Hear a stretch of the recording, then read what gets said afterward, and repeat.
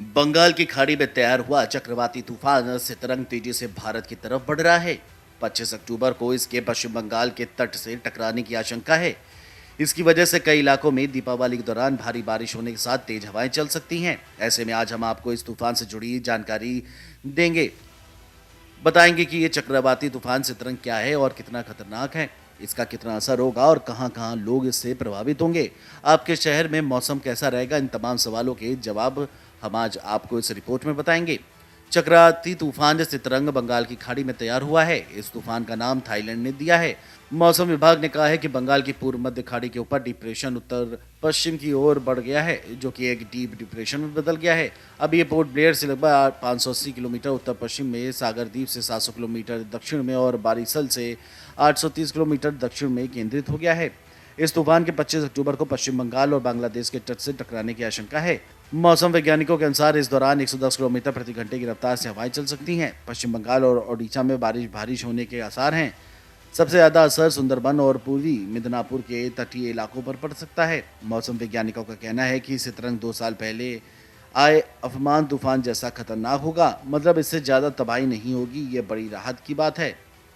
मौसम विभाग ने पश्चिम बंगाल के तटीय इलाकों के साथ साथ ओडिशा के पुरी, जगत सिंहपुर के पाड़ा, भद्रक, बालेश्वर, मयूरभंज, जाजपुर, क्योंझर, कटक और खुर्दा जिलों में मूसलाधार बारिश की चेतावनी जारी की है। विशेष राहत आयुक्त पीके जैना ने कहा है, हमने 8 जिलों के लिए अलर्ट जारी किया है।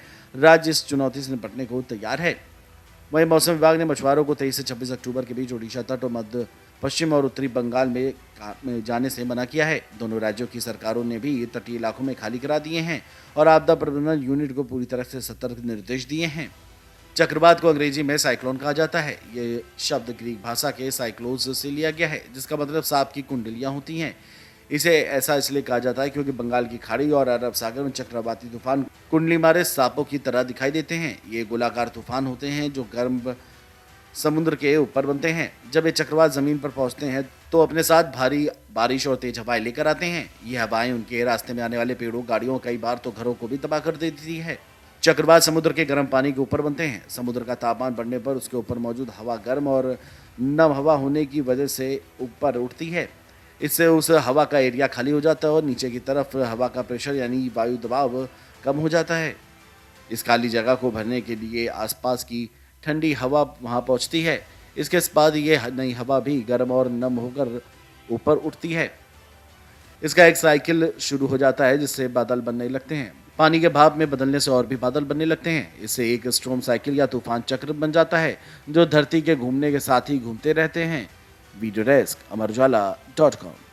अगर आप ये वीडियो YouTube पर देख रहे हैं तो हमारे चैनल को सब्सक्राइब करें और बेल आइकन को दबाना ना भूलें। अगर आप Facebook पर ये वीडियो देख रहे हैं तो हमारे पेज को लाइक करें।